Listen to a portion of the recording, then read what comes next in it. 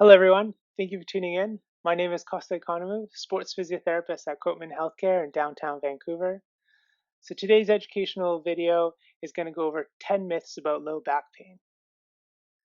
So in 2019, Peter Sullivan and his research group published a paper in the British Journal of Sports Medicine discussing some myths about back pain. They did this because unhelpful low back pain beliefs are common, they're culturally endorsed, and not supported by evidence. So, low back pain is the leading cause of disability worldwide. It's often associated with costly, ineffective, and sometimes harmful care. What we know now is unhelpful beliefs about low back pain are associated with greater levels of pain, disability, greater amount of time off work, medication. So individuals take more medication than needed to help with discomfort, and individuals end up seeking healthcare practitioners to validate their pain. So, as you see, unhelpful beliefs is very common, not only people with low back pain, but also without low back pain. And this is because, in today's world, it's very much reinforced by the media, industry groups, and also well meaning clinicians. So, let's go over these 10 unhelpful low back pain beliefs. So, myth number one, low back pain is usually a serious medical condition. So, uh, for the most part, low back pain, about 90 to 95% of low back pain is not serious, um, and actually has a really good outcome. But that being said, you still should uh, consult your doctor, physiotherapist, or healthcare practitioner to rule out any serious pathology. Myth number two, low back pain will become persistent and deteriorate in later life.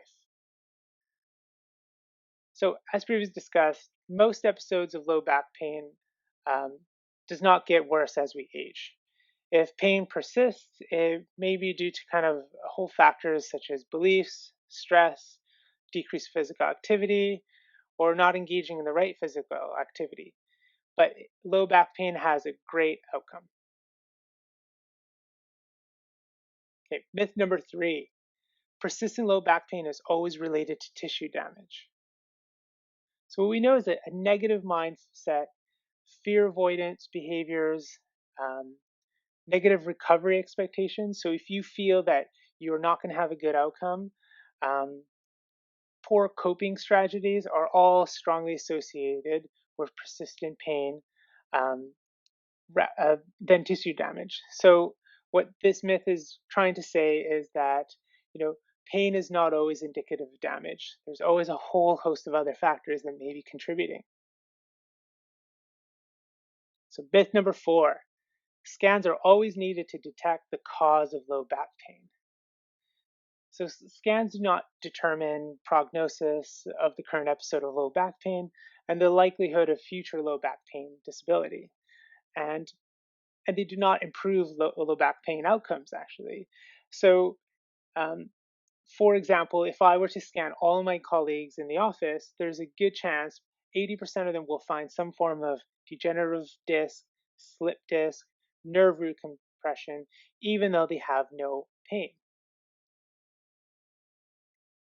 So, myth number five, pain related to exercise and movement is always a warning that harm is being done to the spine and, and a signal to stop and modify activity. So, gradual exercise and movement in all directions is safe and healthy for the spine. You need to be mindful not to do too much too soon, as this may trigger a protective response.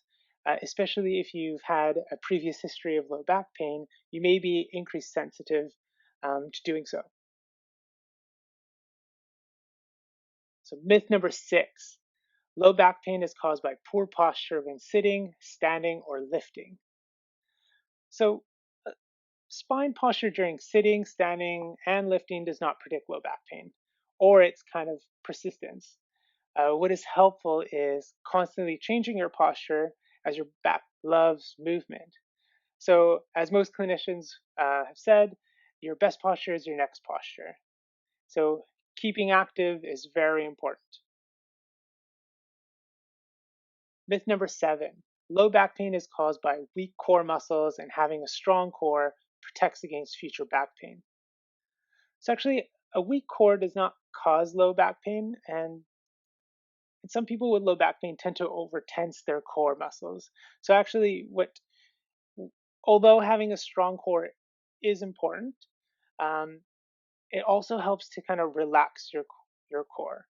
Um, as constantly being in that tense position may be counterproductive for your low back pain. Myth number 8, repeated spinal loading results in wear and tear and tissue damage.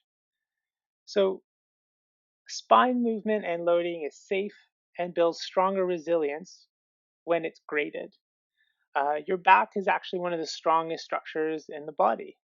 So what what you want to make sure is you're doing the right level of exercise for your strength or your kind of what you're used to your activity.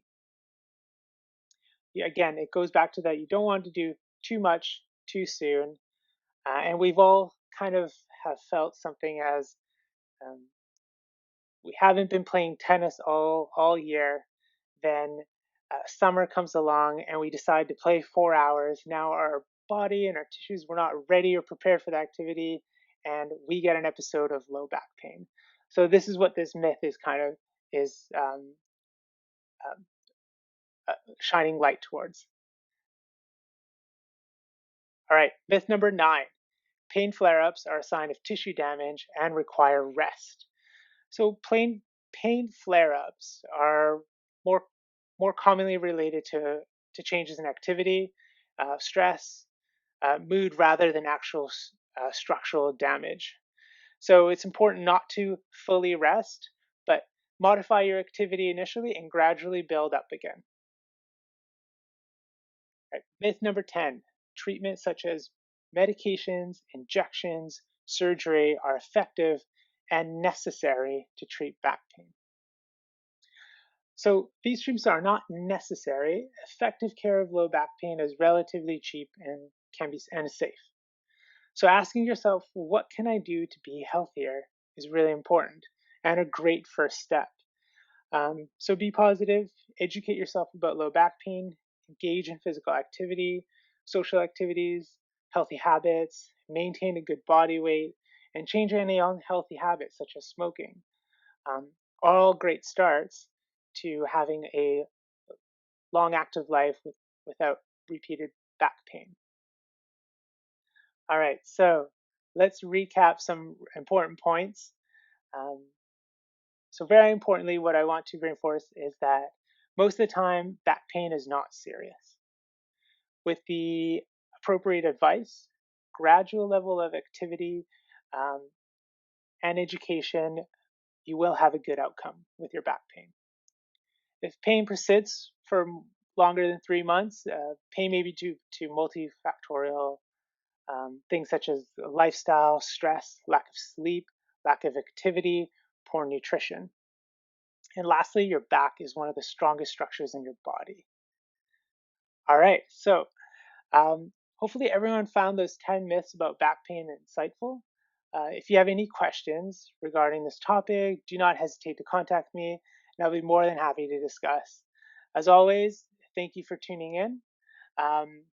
And before I forget, I've also put some resources about back pain in the description of this video, and I've attached the infographic as well, and the reference for the paper that I discussed. So until next time, I hope everyone has an active and safe week.